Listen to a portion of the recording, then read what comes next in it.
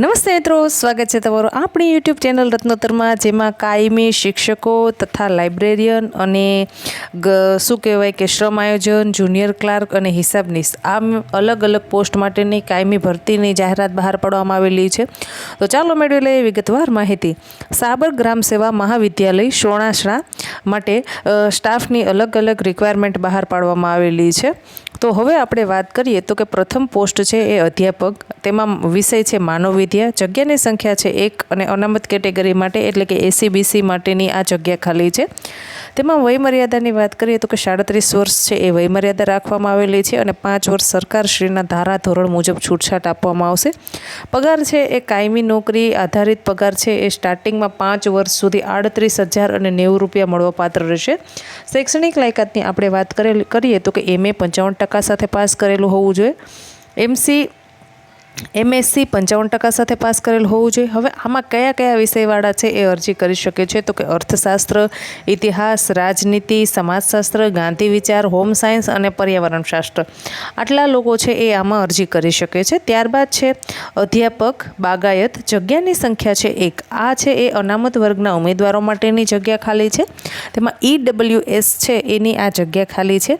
તેમાં વાત કરીએ શૈક્ષણિક લાયકાતની તો કે MSc એગ્રીકલ્ચરમાં 55% સાથે પાસ કરેલ હોવું જોઈએ અને HRS છે એ 55% સાથે પાસ કરેલું હોવું જોઈએ. 5 વર્ષ માટે તમને છે એ 38,090 પગાર ચૂકવવામાં આવશે. હવે આ 2 પોસ્ટ છે એ શૈક્ષણિકમાં ખાલી હતી. હવે બિન શૈક્ષણિકની આપણે વાત કરીએ તો કે છે હિસાબનીસ, જગ્યાની સંખ્યા છે 1 અને બિન અનામત માટે આ જગ્યા ખાલી છે. 35 વર્ષ સુધીની વયમર્યાદા છે અને સરકારશ્રીના ધારા ધોરણ મુજબ 5 વર્ષ સુધી 31,340 પગાર ચૂકવવામાં આવશે. હવે એમાં આપણે વાત કરીએ તો કે કોઈ કઈ શૈક્ષણિક લાયકાત હશે તે આમાં અરજી કરી શકશે તો કે જે લોકોએ MBA કરેલું હોય, MSc કરેલું હોય, MCOM, MCA, તેમાં ગણિત છે, આંકડાશાસ્ત્ર છે, પછી અર્થશાસ્ત્ર છે, આવા જે લોકોએ આ વિષય સાથે પાસ કરેલું હોય તે અરજી કરી શકે છે. તે સિવાય પણ BBA, BCA, BCom, BSc તે લોકોને જો ગણિત, આંકડાશાસ્ત્ર અથવા અર્થશાસ્ત્ર હોય તો તે લોકો પણ આમાં અરજી કરી શકે છે.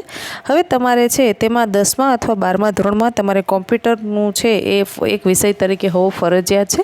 જો એ વિષય તરીકે ન હોય તો તમારા પાસે CCCનું સર્ટિફિકેટ હોય તો પણ તમે અરજી કરી શકો છો. આમાં કોમ્પ્યુટર છે એ ફરજિયાતપણે માંગેલું છે. ત્યારબાદ છે શ્રમ સંયોજક, તેમાં પણ એક જગ્યા ખાલી છે.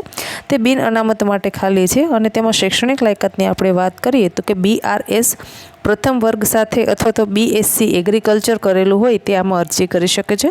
તેનો પગાર પણ 31,340 ચૂકવવામાં આવશે અને તેની વયમર્યાદા પણ 35 વર્ષ છે. ત્યારબાદ આપણે વાત કરીએ ગ્રંથપાલ એટલે કે લાઇબ્રેરિયન, તે પણ બિન અનામત માટે જગ્યા ખાલી છે. હવે તેમાં સ્નાતક અથવા તો BLB અથવા MLabનો કોર્સ કરેલો હોય અથવા જે લોકો પાસે આ ડિગ્રી હોય તે આમાં અરજી કરી શકે છે. ત્યારબાદ આપણે વાત કરીએ તો કે જુનિયર ક્લાર્ક, જગ્યાની સંખ્યા છે 1 અને બિન અનામત માટે જગ્યા ખાલી છે.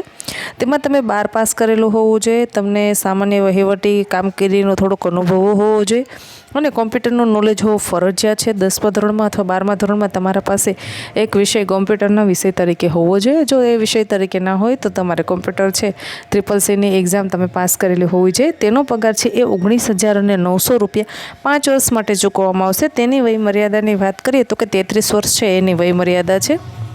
ત્યારબાદ છે સ્ટોકમેન, જગ્યાની સંખ્યા છે 1 બિન અનામત માટે છે અને તેમાં BRS કરેલું હોય અથવા સ્ટોકમેનનું પ્રમાણપત્ર સાથે BRS કરેલું હોય તેમાં અરજી કરી શકે છે. 35 વર્ષની વયમર્યાદા માંગેલી છે. હવે તમારે આ લેખિત પરીક્ષા પદ્ધતિ અનુસાર આ પરીક્ષા લેવામાં આવશે. હવે તમારે આ છે તમારી હજી એ બધા જ ડોક્યુમેન્ટ સાથે રજિસ્ટર એડી કરવાની રહેશે. તો રજિસ્ટર એડી કરવાનું એડ્રેસ નોંધી લેશો. આચાર્ય શ્રી સાબર ગ્રામ સેવા મહાવિદ્યાલય, મૂળ સોણાસણા, તાલુકો પ્રાંતિજ, જિલ્લો સાબરકાંઠા, પિનકોડ નંબર છે 383210. હવે વધુ માહિતી માટે તમે એક વેબસાઇટ નોંધી લેશો. તે વેબસાઇટ પર જઈ અને પણ તમે વિસ્તૃત માહિતી મેળવી શકો છો. www.sabargrahgram.comની વેબસાઇટ પર જઈ અને તમે અરજી મોકલી શકો છો. તમારે જાહેરાત પ્રસિદ્ધ થયાના 15 દિવસના અંદર તમારે અરજીઓ મોકલી દેવાની છે. તો આશા રાખું છું કે તમને આ માહિતી પસંદ આવી હશે. જો માહિતી પસંદ આવી હોય તો વધુને વધુ લોકો સુધી શેર કરો. આ કાયમી ભરતી છે, કોન્ટ્રાક્ચ્યુઅલ ભરતી નથી, એટલે કે તેમાં સરકારશ્રીના ધારાધોરણો અનુસાર જ બધી જ કાર્યવાહી થશે અને આખરી નિર્ણય છે એ જે તે સંસ્થાનો રહેશે. તો વિડીયોને વધુને વધુ લોકો સુધી શેર કરો. ધન્યવાદ.